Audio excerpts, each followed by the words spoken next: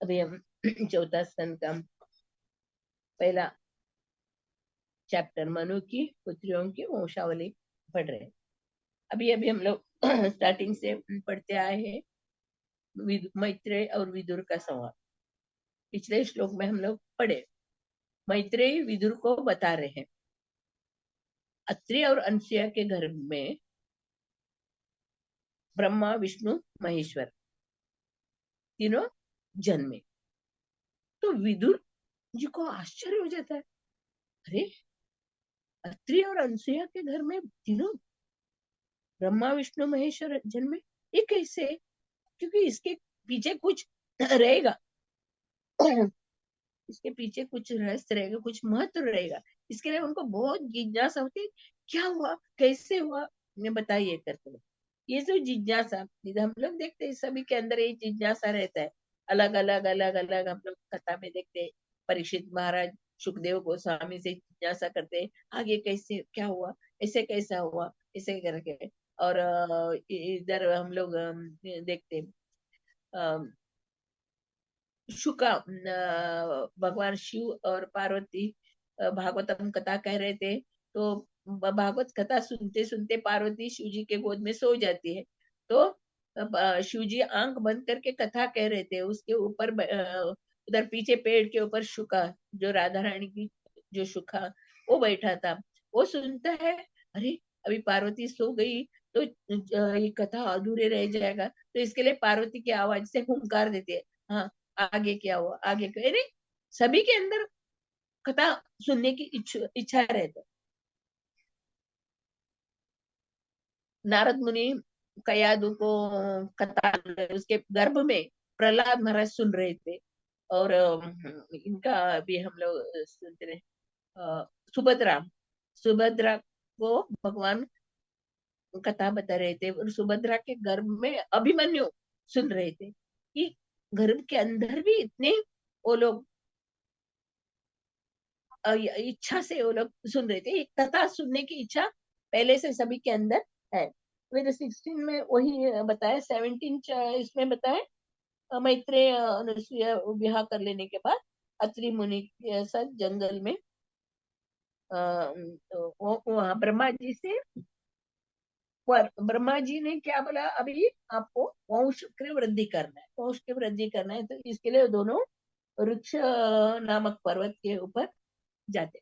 वो पर्वत का सुंदर जगह, ऐसे हम लोग भगवत गीता में भी हम लोग पढ़ते हैं, क्या हम लोग समझते हैं, जो भी योग करना है, जिसको भी योग साधना सिद्धि करना है, तो कैसे जगह में एकांत स्थान में जाना चाहिए, समतल रहना चाहिए, उधर कुछ डिस्टर्ब नहीं होना चाहिए, कुशाग्र बिछा के उसके ऊपर मुलायम कपड़े बिछा के ऐसे ध्यान करना चाहिए। ये सब हम लोग भगवत गीता पढ़ने से हम लोग थोड़ा समझते हैं। अभी अत्रि और अनसुया दोनों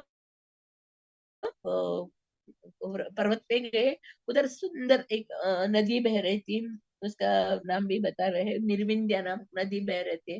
और इतना सुंदर जगह था, सभी जगह फूल फल पुष्प से लदा हुआ था, और झरने, झरने की मधुर आवाज भी सुन रहे थे। इस सब जो वर्णन इसमें बताया।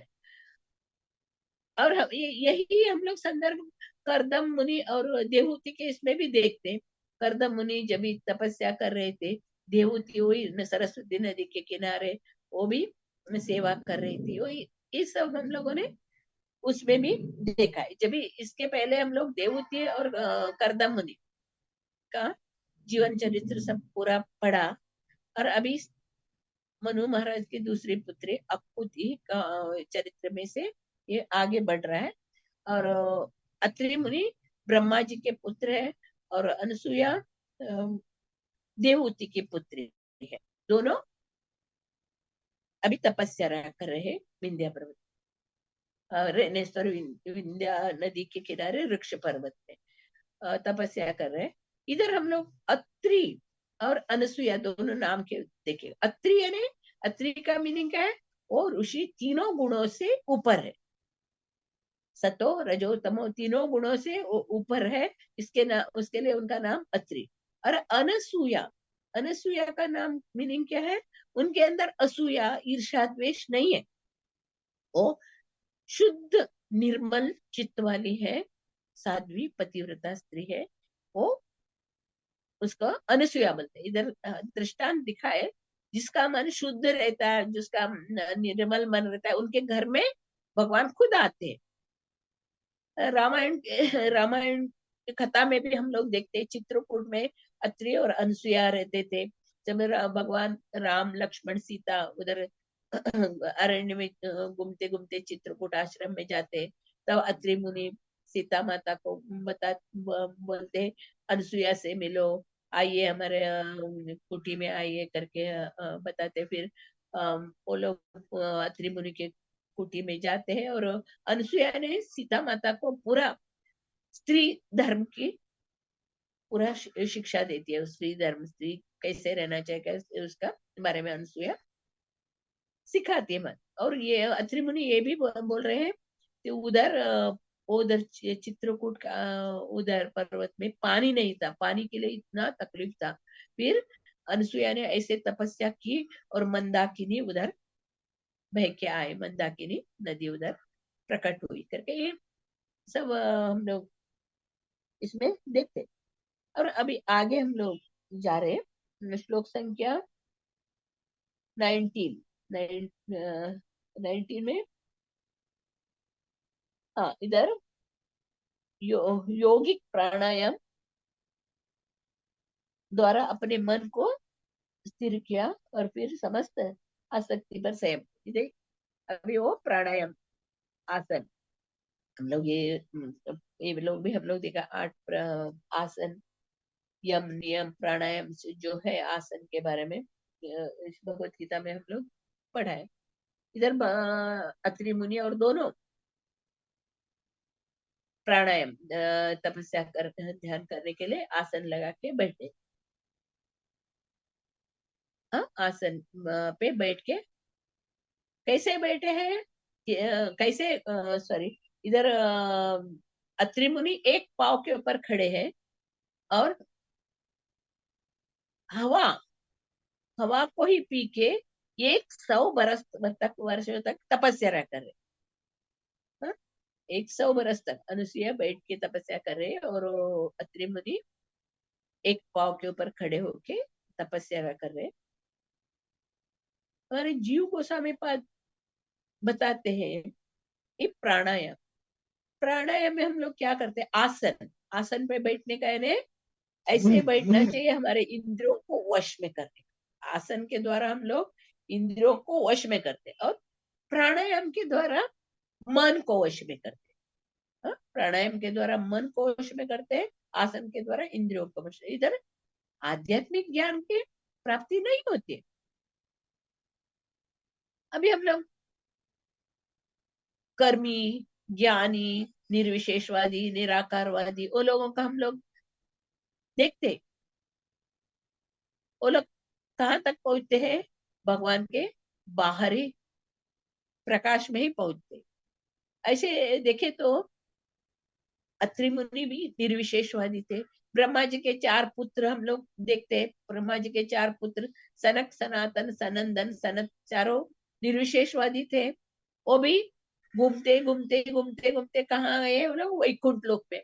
वैकुंठ लोक में आके उन्होंने भगवान के चरण में अर्पित तुलसी का गंध का सुगंध देखा, तभी वो लोगों ने वैकुंठ में प्रवेश करके भगवान का सुंदर अर्चा विग्रह का दर्शन किया, भगवान की स्तुति सुनी, और वो भगवान का शरण भक्त बन गए।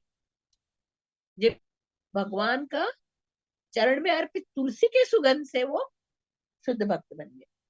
इधर इस श्लोक द्वारा हम लोग प्रभुपाद जी का तात्पर्य में ये बताया है, अत्रि मुनि तपस्या कर रहे थे, और उनको ये भी मालूम था तीनों लोकों का नाथ जगदीश्वर है, और वो सृष्टि की रचना कर किया है, सृष्टि का पालन करते हैं, हाँ, सृष्टि का संहार करते हैं, एक जगदीश्वर है। मत कौन है जगदीश्वर वो मालूम नहीं है, वो अपने मन से ध्यान कर रहे हैं, सृष्टि पालन करने वाले, सृष्टि के रचयिता, ये जगदीश्वर, मुझे आपके समान पुत्र चाहिए करके वो तपस्या कर।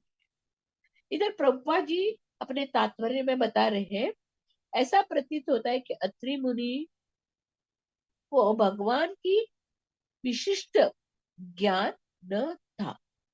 इधर हम लोग थोड़ा कंफ्यूज हो सकते हैं। ये तो इतना तपस्वी है, 100 बरस तक एक पाँव के ऊपर ध्यान कर रहे हैं, तपस्या कर रहे हैं, पर भगवान क्या ज्ञान न था? क्योंकि इधर प्रभुपाद जी तात्पर्य में सुंदर ढंग से समझा है।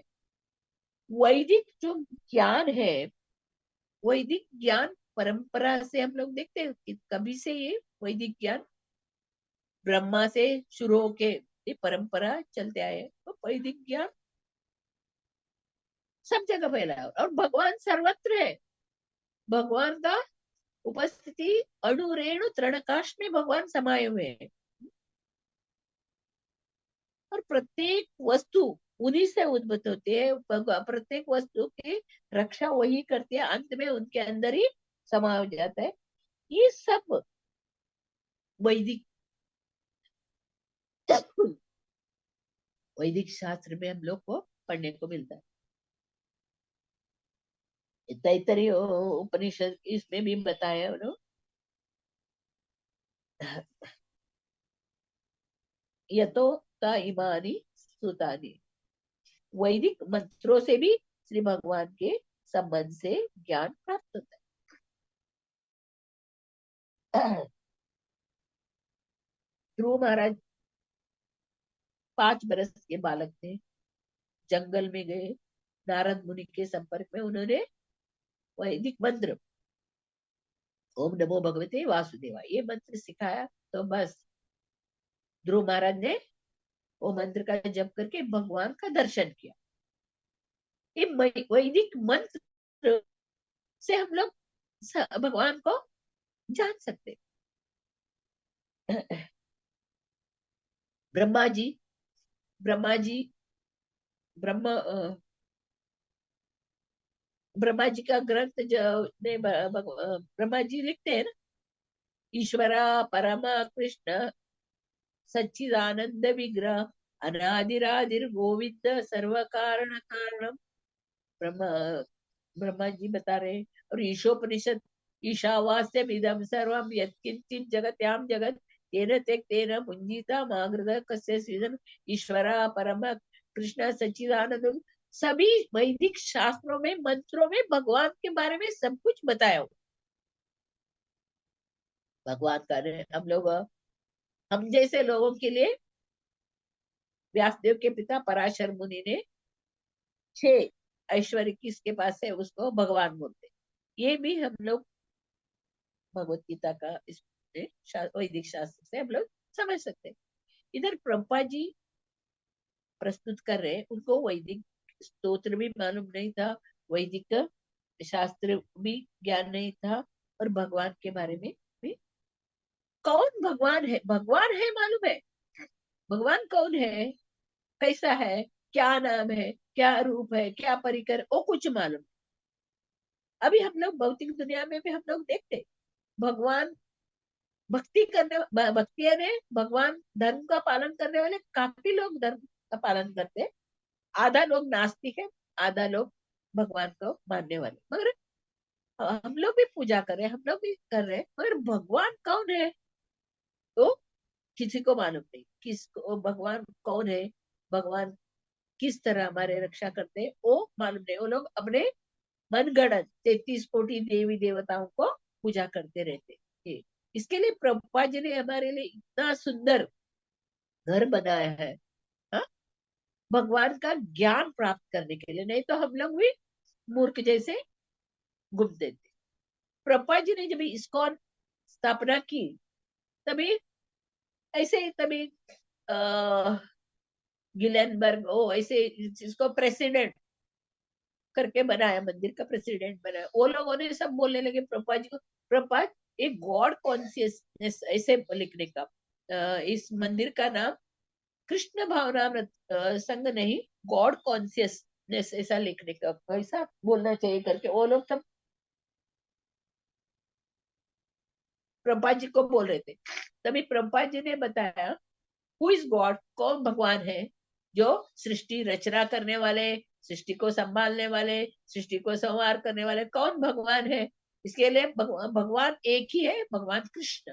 इसके लिए कृष्णा कॉन्शियसनेस, कृष्ण भावनामृत संघ करके प्रभुपाद जी ने इस संघ का नाम रखा कि हम लोग इसमें से हम लोग समझते। एक बार प्रभुपाद जी को मिलने के लिए बड़े बड़े पंडित लोग आए थे, पंडित लोग, और प्रभुपाद जी के साथ बात कर रहे थे वो लोग। तो प्रभुपाद जी ने पूछा आपने भगवत गीता भागवतम, हाँ हाँ हम लोग सब पढ़े। तो अच्छा बताइए भगवान कौन है? तो वो लोग बोले हम लोग एकदम तुरंत नहीं बता सकते, हम लोग को थोड़ा थोड़ा जांच करना पड़ेगा, थोड़ा टाइम चाहिए करके बोला। तभी उतने में प्रभुपाद जी वो गुरुकुल में बच्चे पढ़ रहे ना, उनमें से छोटी सी एक लड़की को बुलाते, सरस्वती को बुलाते, सरस्वती भगवान कौन है करके पूछते, तो वो तुरंत देती भगवान Shri supreme personality of God, Krishna is supreme personality of God head करके बोलती है वो छोटी लड़की। तभी प्रभुपाद जी उनको बोले देखो ये छोटी बच्ची भी समझ सकती है भगवान कृष्ण भगवान है। हाँ, तो हमारा स्थिति ऐसा हुआ है, हम लोग बहुत पंडित ज्ञान की प्राप्ति करते हैं, मगर हम लोग को भगवान कौन है मालूम नहीं पड़ता। इसके लिए बचपन से हम लोग को भगवान की भक्ति की शिक्षा देना चाहिए। प्रहलाद महाराज बताते 5 बरस से बच्चों को भक्ति में लाना चाहिए। और ऋषभ देव भी अपने पुत्रों को बोलते देखो, पुत्र अपने 100 पुत्रों को उपदेश देते, पुत्रों ये मनुष्य जीवन जो मिला है खाने पीने सोने के लिए नहीं, ये तपस्या करने के लिए मिला, ये आत्म साक्षात्कार करने के लिए मिला। ये जो हम लोग भागवतम में देखते सुनते, हम लोग को काफी लोग बोलते हैं आप इतने जो भक्ति कर रहे हैं, इतना चैंटिंग कर रहे हैं, आप ये सब कर रहे हैं, आप भगवान को देखे है क्या? भगवान को देखे है क्या? भगवान को देखने के लिए हमारे आंख आंख है, पर ये दिव्य आंख नहीं है। भगवान को देख अगर हमारे सामने भगवान आके खड़े तो भी हम लोग पहचान नहीं सकेंगे। हमारा आंख चर्म चक्षु है। अगर हम लोग बड़े बड़े ये षड गोस्वामी लोग का श्लोक में स्तुति में हम लोग पढ़ते, वो लोगों ने भगवान को दर्शन किया, भगवान को देखा है, मगर वो लोग कहाँ ढूंढ रहे हैं? हे राधे व्रज देवी के च ललिते, हे नंद सूनो पुत श्री गोवर्धन कल्प पाद पतले कालिंदी वन्य कुत, आप कहाँ हो करके वो लोग ढूंढ रहे भगवान को, कहाँ हो कहाँ, वो लोगों ने देखा है भगवान को। पर इधर हम मूर्ख लोग सकते हैं आप भगवान को देखे, भगवान को देखने के लिए आंख का जरूरत नहीं, कान का जरूरत है। अगर हम लोग कान से भगवान के बारे में हम लोग सुन के भगवान का हम लोग दर्शन कर सकते हैं। इसके लिए भागवतम में देते हैं ना, श्रृणताम सुखताम कृष्ण पुण्य श्रवण कीर्तन रण्यस्तो ही अभद्राणी विदुनोति सुरक्षा। कान से भगवान की कथा सुनने मात्र से हमारा हृदय का ग्रंथि सब नष्ट होके हम लोग भगवान का दर्शन कर सकते हैं। कान की जरूरत है हम लोग को, श्रवणम, इस नवविधि में श्रवणम ही पहले है। श्रवणम ज्यादा से ज्यादा हम लोग सुनना चाहिए, श्रवणम उसके बाद स्मरण करना चाहिए, भगवान का ध्यान करते। अगर सुनते ही नहीं तो हम लोग को मालूम कैसा पड़ेगा? सुनना जरूरी है। देखिए इसके लिए बोलते हैं साधु संग सर्व शास्त्र कहे, लव मात्र साधु संग सर्व सिद्धि। लव मात्र साधु के साथ बैठ के सिर्फ भगवान की कथा सुनने मात्र से हमारा जीवन सार्थक बन जाता है। इधर हम लोगों को भगवान की कथा सुनने के लिए इसमें रुचि ही नहीं, क्योंकि हमारा जीवन सिर्फ इंद्रिय तृप्ति में लगा हुआ। इधर हम लोग एक उदाहरण से हम लोग देख सकते हैं। जब ये रुक्मिणी देवी विदर्भ की राजकन्या थी, उनके महल में नारद मुनि और बड़े बड़े साधु संत लोग आते रहते थे। उनके मुख से रुक्मिणी ने भगवान कृष्ण के बारे में सुनी। भगवान कृष्ण इतना सुंदर है, बलवान है, यशस्वी है, गुणवान है, ज्ञानी है, सब सुनी सुनी भगवान की कथा सुनने के बाद उसको उसने मन में ठान लिया भगवान कृष्ण ही मेरे पति करके, उसने ठान लिया प्रति में स्वीकार करेगी करके। तभी उसका पिताजी भाई ने सब शादी का ये कर रहे थे। तभी उसके पहले रुक्मिणी ने चिट्ठी लिखी, भगवान कृष्ण को चिट्ठी लिखे ब्राह्मण के हाथ में उधर भेजती। तो भगवान कृष्ण वो चिट्ठी पढ़ते, ब्राह्मण के मुख से ही वो चिट्ठी पढ़ने के लिए बोलते, वो सुनते तुरंत रथ के ऊपर बैठ के आते और रुक्मिणी का हरण करके लेके ये हम लोग पढ़ा। उसने कैसे भगवान का देखा, कान से सुनने मात्र से, कान से सुनने मात्र से हम लोग भगवान का दर्शन कर सकते हैं। इधर बता है, उदाहरण ऐसे दिया है, रुक्मिणी ने कैसे अपने ऋषि मुनियों से कथा सुन के अपने मन में भगवान को अपना प्रियतम रूप में स्वीकार किया, वैसे ही हम लोगों को भी भागवत कथा सुन के, भगवत गीता भागवतम सुन के हमारे अंदर ही भगवान को ही हमारा प्रीतम करके दृढ़ निश्चय करना चाहिए। तो ये ब्राह्मण, ब्राह्मण यानी गुरु, हमारे गुरु महाराज जो है, गुरु महाराज का वो हम लोग वचन पालन करें, गुरु महाराज का सेवा करना चाहिए। हाँ, तद्विधि प्रणिपातेन परिप्रश्नेन सेवा उपदेशन्ति ते ज्ञान ज्ञानिना तत्वदर्शिना। तत्वदर्शी गुरु महाराज हमारे सेवा को देख के वो लोग खुश हो जाते हैं, हमारे सेवा, इसी सेवा करने से हम लोग को भक्ति प्राप्त होती है। हमारे सेवा से गुरु महाराज खुश हो जाते हैं और हम हमारे अंदर भगवान का भक्ति का बीज डाल देते। भगवद गीता में हम लोग देखते हैं ना, हजारों हजारों लोगों में, हजारों सहस्र ये श्लोक नहीं है, हजारों लोगों में से कोई एक सिद्धि प्राप्त करने के लिए प्रयत्नशील रहता है, और उन्होंने सिद्धि प्राप्त करने वाले में कोई एक ही भगवान का प्राप्त कर सकता है। ऐसे हमारे हजारों लोग, करोड़ों लोग हैं, सब भक्ति कर रहे हैं, भक्ति कर रहे हैं, मगर उसमें से बहुत कम लोग सिद्धि प्राप्त करने वाले बहुत विरले हैं। और भगवत गीता में ये भी बताया भगवान, जिनका पाप कर्म नष्ट हो जाता है, जिनका पिछले जन्म का पाप कर्म नष्ट होकर पुण्य कर्म का उदय होता है, वो ही भगवान की भक्ति कर सकते हैं। हाँ, ये सब हम लोग भगवत गीता से हम लोग जानते हैं, हम लोग थोड़ा थोड़ा शास्त्र, वो भी प्रभुपाद जी की कृपा से, गुरु महाराज की कृपा से हम लोग को थोड़ा सा ही ज्ञान हो रहा है, भगवान कौन है, किस तरह हम लोग भगवान की सेवा कर सकते हैं। हाँ, ये सब सुनने मात्र से हम लोग, अभी भागवतम सुबह शाम को भगवत गीता भागवतम सुनने मात्र से हमारे अंदर थोड़ा सा उत्कंठा, हाँ हम लोग को सेवा करना चाहिए, भगवान की सेवा करना चाहिए, वो इच्छा हो रहे। इधर प्रभुपाद जी वही बता रहे हैं, अत्रि मुनि भगवान के सदृश पुत्र चाह रहे थे। हाँ? भगवान के समान पुत्र चाह रहे थे, पर भगवान कौन है मालूम नहीं। अगर हम लोग किसी दुकान में जाके उस दुकानदार को बोलो को दे दो, क्या चाहिए वो पूछ रहे, तुम्हें क्या चाहिए, तो हम लोग को मालूम नहीं क्या चाहिए, उधर दे दो बोले तो क्या देगा वो।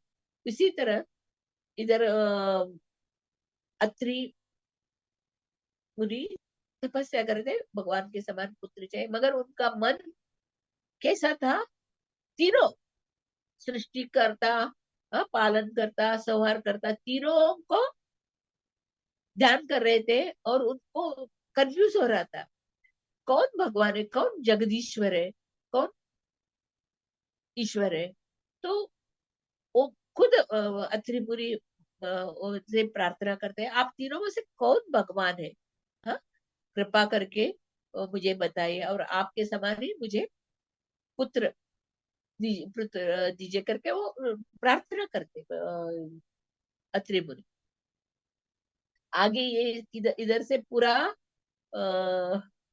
15 श्लोक से 33 श्लोक तक पूरा अत्रि और अनसुया का ही ये है, वर्णन है, स्तुति, अत्रि मुनि स्तुति करते हैं, और भगवान कैसे उनको तीनों ब्रह्मा विष्णु महेश्वर कैसे प्रसन्न होके सभी देवी देवताओं और अप्सरा गंधर्व यक्ष किन्नर नाग लोग सभी को लेके आते हैं, अत्रि मुनि के कुटी में आते हैं, और वो अत्रि मुनि को दर्शन देते हैं, उनके तपस्या से प्रसन्न होकर फिर अत्रि मुनि उनसे उनकी पूजा करते, स्तुति करते, और उनसे पूछते आप तीनों में से जगदीश्वर कौन है। तभी वो बोलते हम तीनों जगदीश्वर है। वो ईश्वर तो सभी है, जो सृष्टि करने वाला, पालन करने वाला और संहार करने, तीनों ईश्वर है। फिर इसके लिए हम लोग तीनों आए हैं, और तीनों हम लोग आपके तपस्या से खुश होके तीनों हम लोग आपके घर में पुत्र रूप में आए। ब्रह्मा जी का पुत्र सोम होएगा, और भगवान विष्णु के पुत्र दत्तात्रेय होएगा, और शिव जी के पुत्र दुर्वासा होएगा। ये ऐसे वर देते हैं। ये हम लोग आगे सब हम लोग सुनेंगे। इधर इतना ही बता रहे प्रभुपाद जी, बता रहे जो भी इच्छा करते हैं उनको जानना चाहिए हम लोग क्या इस इच्छा कर रहे, उसके पीछे किसके बारे में हम लोग को जानना है। ये जो हम लोग पूरा पूरा जानकारी जाने बिना हम लोग कुछ कार्य नहीं करना चाहिए। अभी भगवान, भगवान कौन है, भगवान का हम लोग सभी में, भागवतम में सभी में देखते हैं भगवान कितना सुंदर रूप है। भगवान का रूप, साज सामग्री, परिकर, सब सब सबका वर्णन एक ज्ञान है। ये जो है रियल ज्ञान है। ये छोड़ के भगवान के बारे में छोड़ के बाकी सब जो हम लोग अभी कर रहे हैं, बच्चों को स्कूल में ही हम लोग ट्विंकल ट्विंकल लिटिल स्टार वही सिखा रहे हैं उन लोग को, बच्चों को भगवान के बारे में हम लोग सिखाए नहीं। तो बड़े होने के बाद वो बच्चे लोग भगवान के शरण में आने के लिए वो लोग ये करते हैं। वो लोग नहीं, हम लोग आप कभी कैसे बुढ़े हुए ना, तभी हम लोग भी भगवान का करेंगे। अभी हम लोग को एंजॉय करने दे, क्योंकि ये गलत हमारे बचपन से हम लोग भगवान को, भगवान की भक्ति उनको सिखाए नहीं। इधर प्रभुपाद जी इतना सुंदर बता रहे हैं, यदि उन्होंने श्री भगवान को संतान रूप में चाहा होता तो वे इस भौतिक इच्छा से मुक्त होते, क्योंकि तब उन्होंने परम सत्य को चाहा होता। किंतु उन्हीं के समान पुत्र कामना करने से यह भौतिक इच्छा ही थी। अगर अत्रि मुनि किस तरह करदम मुनि 10,000 बरस तपस्या करके उन्होंने भगवान विष्णु को ही ध्यान किया, और भगवान विष्णु उनका सुंदर रूप में दर्शन देके प्रसन्न होके, उनका तपस्या से प्रसन्न होकर उन्होंने बोला वही पुत्र रूप में आपके घर में कपिल रूप में मैं जन्म लेगा। इधर ब्रह्मा जी क्या बता रहे हैं तात्पर्य में, एक तो पहले उनको भगवान कौन है मालूम नहीं, अत्रि को भगवान कौन है मालूम नहीं, और वो बोल रहे हैं भगवान के समान ही हमें पुत्र चाहिए। हाँ? अगर वो भगवान को चाहते थे, भगवान कौन है जानते थे, भगवान के बारे में वो भगवान का नाम, रूप, गुण, लीला, परिकर ये सब जान के अगर वो तपस्या करते थे तो उनका भौतिक इच्छा नहीं होती थी उनको। इधर प्रभुपा जी बहुत सुंदर रूप से बता रहे, अगर वो सत्य का ज्ञान को प्राप्त करते थे, अगर वो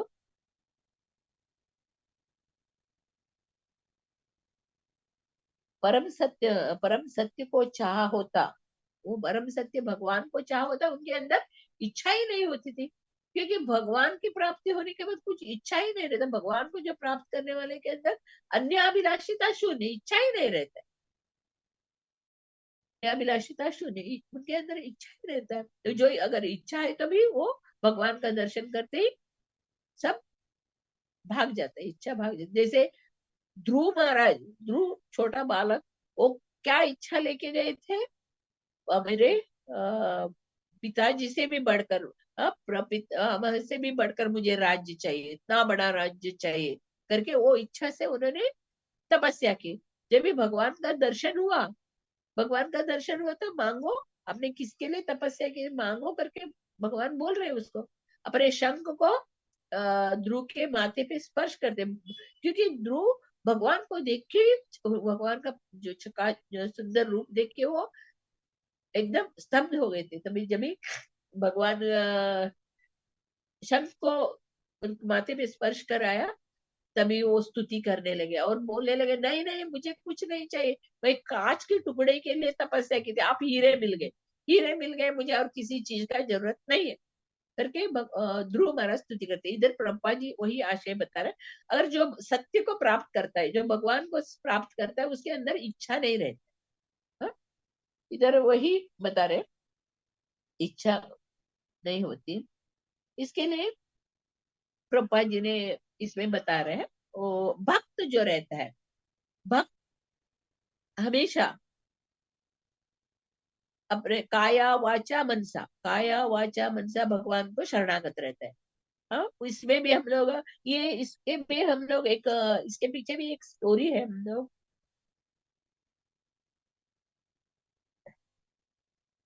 सुनेंगे। ये बड़े बड़े ऋषि मुनि लोगों को भी भगवान कौन है मालूम नहीं था।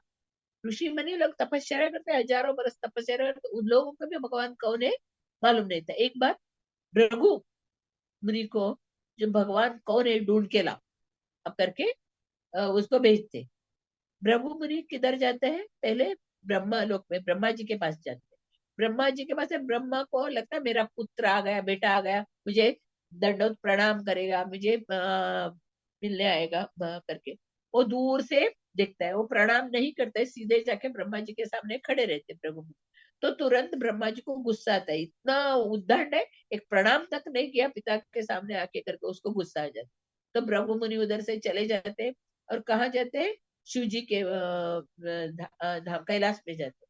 कैलाश में जाके शिव जी का भाई है, तो वो शिव जी खुशी से मेरा भाई मुझे मिलने आया करके जल्दी जल्दी उसको आलिंगन करने जाते। तभी ब्रह्म मुनि क्या बोलते, नहीं नहीं नहीं, आप मुझे स्पर्श मत करो, मैं ब्राह्मण हूँ। आप तो श्मशान में रहते, नहाते नहीं, बिच्छू सांप को गले में लगा डालते, भस्म भस्म का लगाते हो, आप मुझे टच मत करो, स्पर्श मत करो करते। तभी शिव जी को गुस्सा आ जाता है, त्रिशूल लेके उसको मारने के लिए जाते। तभी उधर से भृगु मुनि कहाँ जाते हैं, वैकुंठ लोक में जाते हैं। वैकुंठ लोक में भगवान सोए हुए रहते हैं, और लक्ष्मी जी उनके पाँव दबाते रहते हैं। और सीधा भृगु मुनि जाके क्या करते हैं, भगवान के वक्षस्थल पे लात मारते हैं।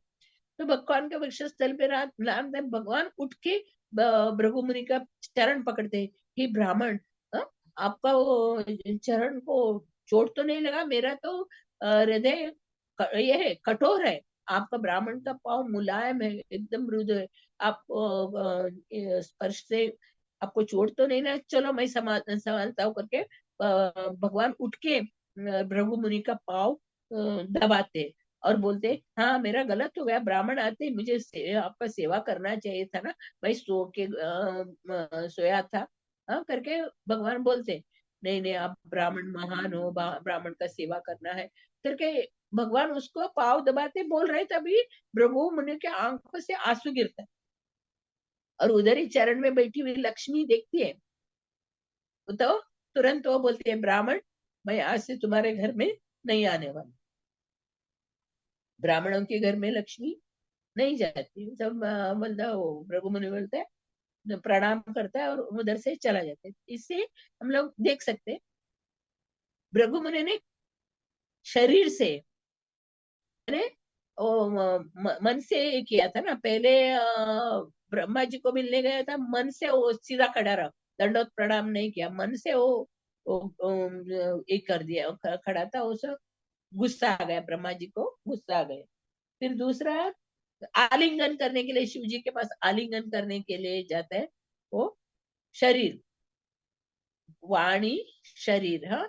और तीसरा है भगवान को पूरा इंद्रियों सहित, शरीर इंद्रियों के साथ भगवान का छाती पर लात मारते हैं, हाँ? तीनों काया वाचा मनसा वो उन्होंने गलत किए। फिर वो भगवान, उन्होंने देखता है सबसे श्रेष्ठ कौन है, भगवान विष्णु है सबसे महान। तभी वो लोगों ने निर्धार करते, ये लोग ऋषि मुनि लोग पहले उन्होंने एक करके रखा था, वो लोग जो भी करते वो प्रत्यक्ष प्रमाण के साथ करते हैं। इसके लिए ईश्वर परम कृष्ण सच्चिदानंद विग्रह अनादिर आदिर गोविंद सर्व कारण कारण ही, शास्त्र वैदिक शास्त्र में, वैदिक मंत्रों में, सब में ये उपलब्ध है। इसके लिए प्रभुपाद जी बोला, अगर वो अत्रि मुनि वैदिक शास्त्र वैदिक ग्रंथों को पढ़ा होता, उसको भगवान कौन है करके मालूम पड़ता था तुरंत। उन्होंने वैदिक ज्ञान से अभिज्ञ है, वैदिक स्तोत्र को भी नहीं जानता था। इसके लिए उन्होंने निर्विशेषवादी निराकारवादी रूप में तपस्या की, और उनकी तपस्या से खुश होके वो लोग तीनों ऐसी तपस्या की, उन्होंने हवा को हवा खा के 100 बरस तक एक पाव के ऊपर खड़ा रह के उन्होंने तपस्या की। उसके सर से वो क्या हुआ था, अग्नि अग्नि निकल रहे थे। ऐसे हम लोग इसका भी इस कथा में सुनते हैं ना। अ, हाँ। हिरण्यकशिपु ने भी 60,000 वर्ष जंगल में तपस्या की, एक पाव के ऊपर उसका शरीर को सब चींटी खा डाला था। वो तपस्या कर रहा था, उसके तपस्या से माथे से अग्नि निकल के सब देवलोक सब लोगों को गर्मी हो रहा था। तभी बोलते कौन तपस्या कर रहा है, सब बोलते ब्रह्मा जी को बोलते आपका कोई भक्त तपस्या कर रहे, जाओ जाओ करके। तभी ब्रह्मा जी आके उसको ये करते हैं, तपस्या को रोकते। ऐसे इसी तरह इधर अत्रि मुनि की तपस्या से वो तीनों, ब्रह्मा विष्णु महेश्वर तीनों खुश हो जाते हैं। रे इतने इसने मन से, दृढ़ मन से तपस्या कर रहे हैं। इसके लिए वो तीनों अब सभी देवी देवताओं को सबको लेके उनके कुटी में आते हैं, क्योंकि उनको यश बढ़ाने के लिए। ये आगे हम लोग को सब पढ़ने के लिए, सुनने के लिए मिलेगा। हाँ, इस तरह प्रभुपाद जी बता रहे हैं, भक्त सबसे श्रेष्ठ है। भगवान को जो जानने वाला है, भगवान का सेवा करने वाला है, वो भगवान का गुणगान करने वाले, वो भक्त सर्वश्रेष्ठ है करके इस श्लोक द्वारा हम लोग को समझ जाते हैं। हरे कृष्णा। श्रीमद् भागवतम की जय, श्री प्रभुपाद महाराज की जय। हरे कृष्णा।